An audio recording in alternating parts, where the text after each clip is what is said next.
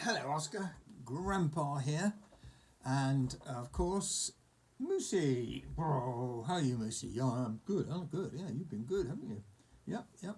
He's been looking after my study as he normally does. He's very good, and I hope, and it's lots of love from me and from Granny as well, and hope you're well too, Oscar. I saw some lovely pictures of you and little Annabelle, and you climbing. You're climbing at the moment is absolutely brilliant, and some of the jumping around you've been doing, that's pretty exciting too. And I hope Mummy and Daddy are okay, and you have a lovely family day. I'm reading this on Sunday. You may not get it till tomorrow, Monday, and that I know is Family Day. So have a lovely time. So we're going to read firstly, Cluck.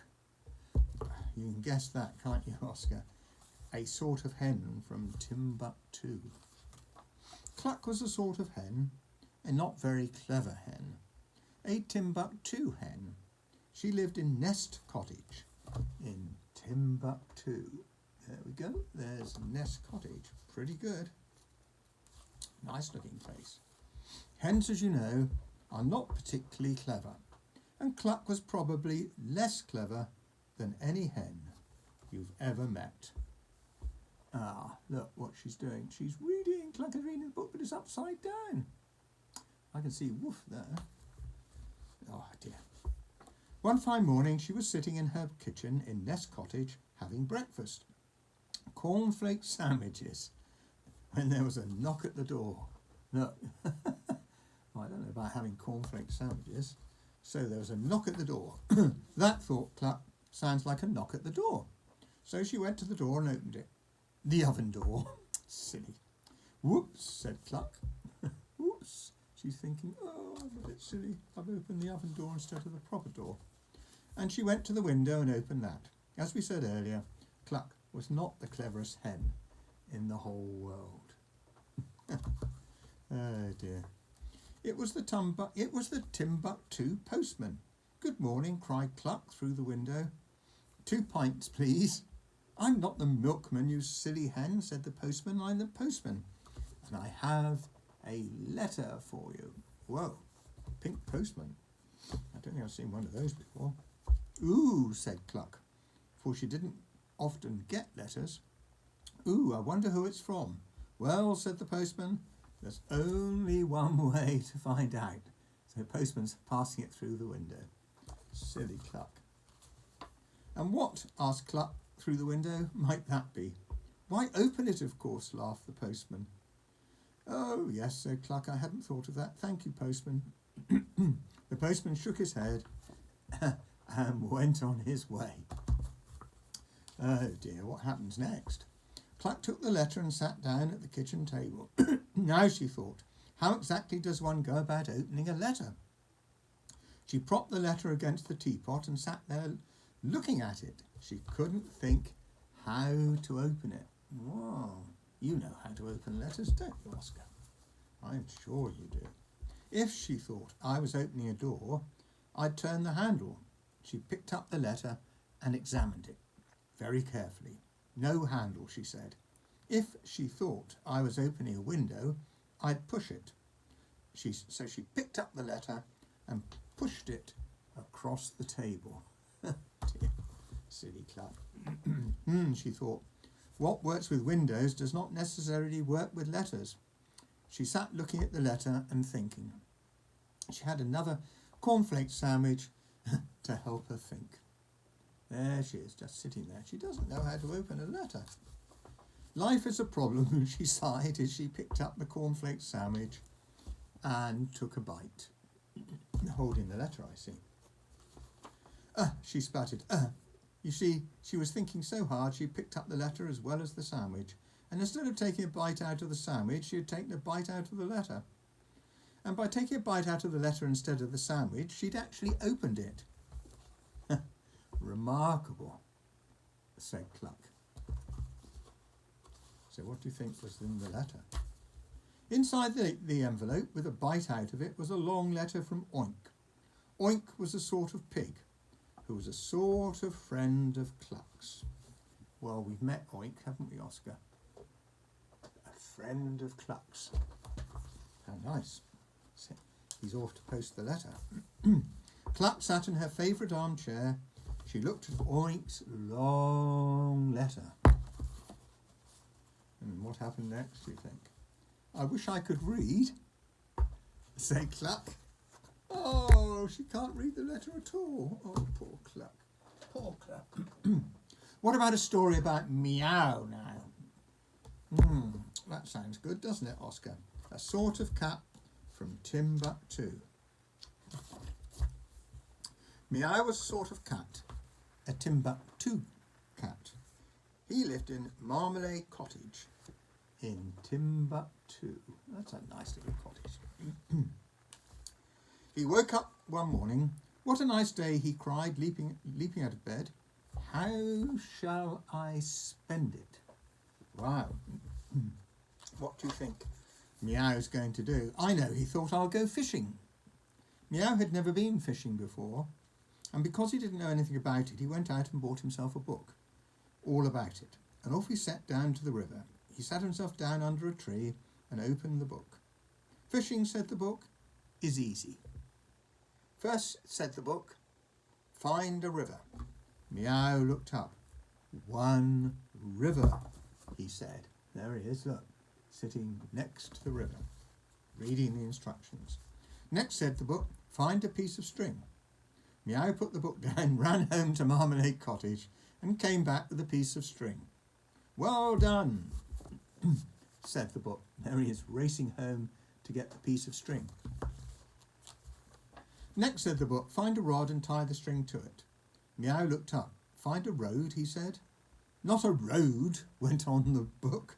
A rod, and the best rod, it said, is a branch from a tree. So Meow went off and found a branch and tied the piece of string to it. Oh, look, it's beginning to look like a fishing rod, isn't it? Let's see what happens next. Next, said the book, find a pin. So Meow put the book down again and again, ran home to Marmalade Cottage and came back with a pin. Gosh, he must be worn out. Tie the pin onto the end of the string, said the book, so Meow did. Next, went on the book, fix some bait to the pin. Bait, said Meow. What's bait?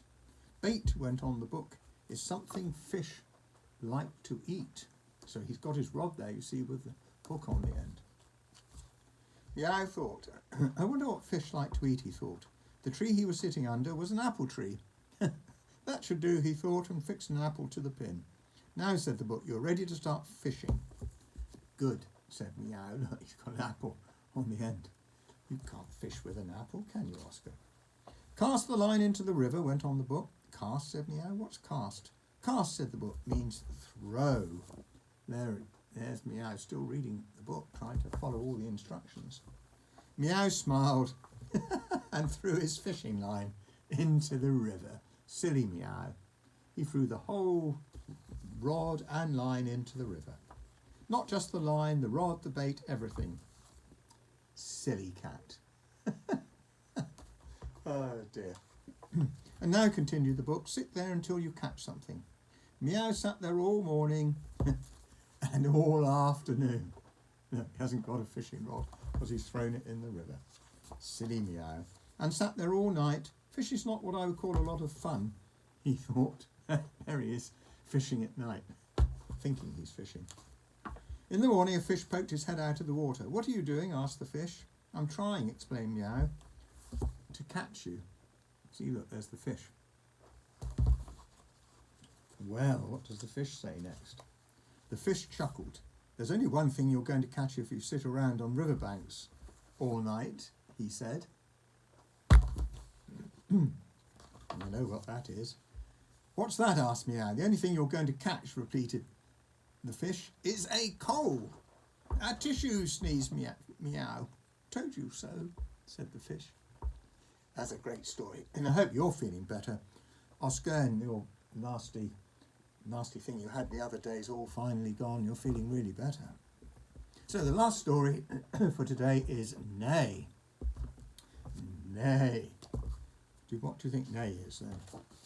What animals go, neigh, neigh? Oscar, I think Bo, is it you ride, isn't it? With one of the horses. A sort of horse from Timbuktu, of course.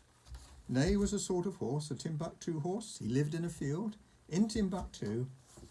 There he is. And he didn't like it. You see, every time it rained, his furniture got wet. I really must find somewhere else to live, he thought. But where? He went for a walk to think. Horses don't have furniture in houses, do they, Oscar? This sounds a little silly. He met Woof. Yeah, Woof was a sort of dog. We've met Woof, haven't we? Hello, he said to Woof, I'm trying to think of somewhere to live. Where do dogs live?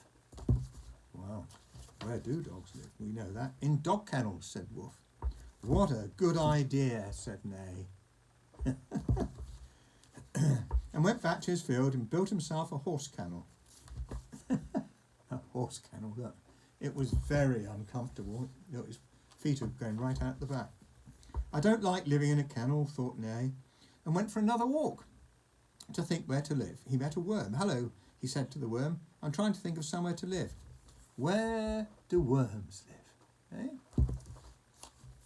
In wormholes, said the worm.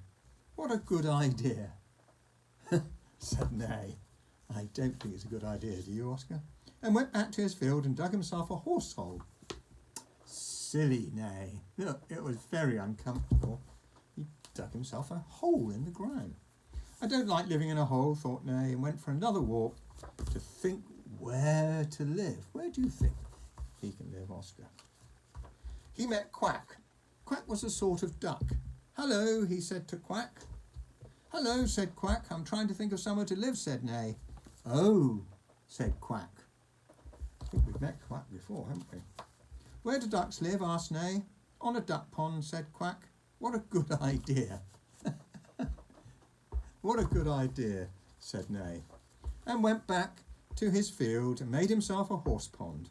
It was very, very, very uncomfortable and rather wet. Silly Neigh.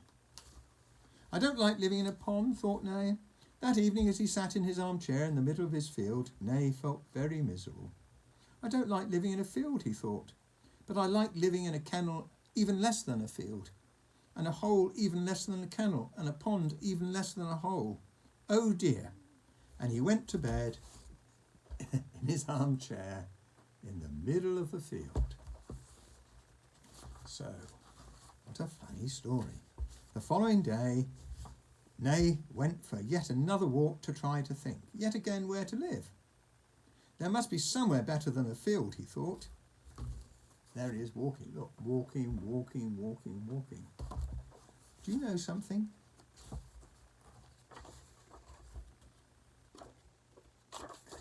He met somebody who gave him a very good idea of where to live. Ooh, what could that be? What a good idea, he said, and went back to his field to build it. And he lived happily ever after. So what's it going to be then, Oscar? In his horse nest. Yeah, he had a nest. Look. That was funny, wasn't it? Look, he had a nest in the tree. Silly Neigh. Right, that's the end of that one and that series. In fact, I'll be reading you something a little different next time. Anyway, just say it's been lovely reading to you this afternoon, and hope you have a lovely time and a lovely family day, and lots of love to you and your little sister Annabelle. Hello Annabelle, if you're watching, and to Mummy and Daddy. And thank you to Mummy for those lovely pictures. They're lovely of you, and your climbing is terrific. Anyway, lots of love, Oscar, and we'll be seeing you again soon. Bye. Bye from Moosey. Bye. Bye. Bye. Bye. Bye. Bye. Bye. Bye. Bye from Granny too. Bye.